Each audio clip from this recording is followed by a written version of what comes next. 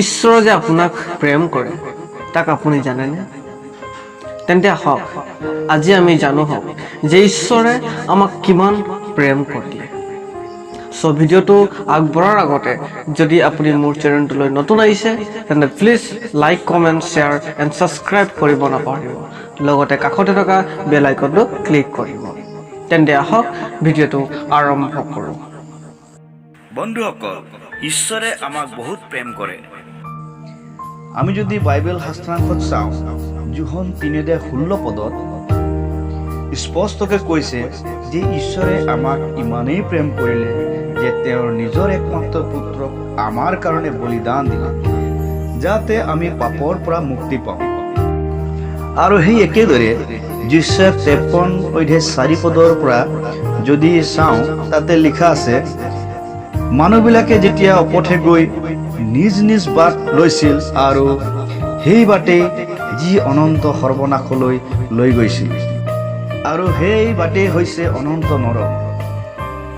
সেয়ে ঈশ্বৰে মানৱ জাতিক প্ৰেম কৰাৰ বাবে অনন্ত মৃত্যুৰ পৰা অনন্ত জীৱন দিবৰ বাবে ঈশ্বৰে নিজকে বলি উৎসৰ্গ কৰিলে, প্ৰেমৰ প্ৰমাণ দিলে।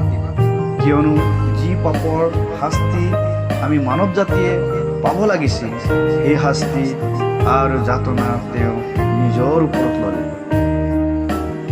আৰু সেয়াই হৈছে ঈশ্বৰৰ মহান প্ৰেম। ঈশ্বৰে যি নিস্বাৰ্থ প্ৰেম আমাক শিকাই থৈ গ'লে, সেই একেদৰে আমিও আমাৰ ওচৰ চুবুৰীয়াক নিস্বাৰ্থ প্ৰেম কৰিব লাগে। কিন্তু আমি কি কৰোঁ যে কোনোবাই আমাক প্ৰেম কৰিলেহে আমি তেওঁক প্ৰেম কৰোঁ। সেয়াই জানো উচিত নহয়?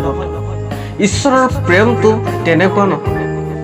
আমি নিস্বাৰ্থ প্ৰেম কৰিব লাগে, নহ'লে বাইবেলত স্পষ্ট কৈছে, 1 Korinthians 13:1 কৈছে, তথাপি মোৰ প্ৰেম নাথাকিলে মই কেৱল বাজি থকা কাঁহ বা বাধ্য কৰি থকা তালস্বৰূপ হৈছে। আৰু সেয়ে 1 Korinthians 13:8 আৰু 13 কৈছে, প্ৰেম কেতিয়াও লুপ্ত নহ'ব, কিন্তু ভগৱানী হ'লে তাৰ লোপ হ'ব। পৰভাষাও হ'লেও সেইবোৰ গুচিব, জ্ঞান হ'লে সিও লুপ্ত হ'ব, কিন্তু প্ৰেম কেতিয়াও লুপ্ত নহ'ব।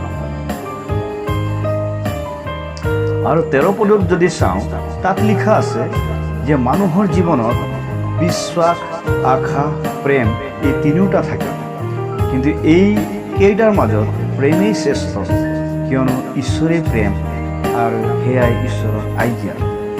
তেন্তে আহক প্ৰিয়সকল, আমি পৰস্পৰৰ মাজত প্ৰেম ৰাখোঁ।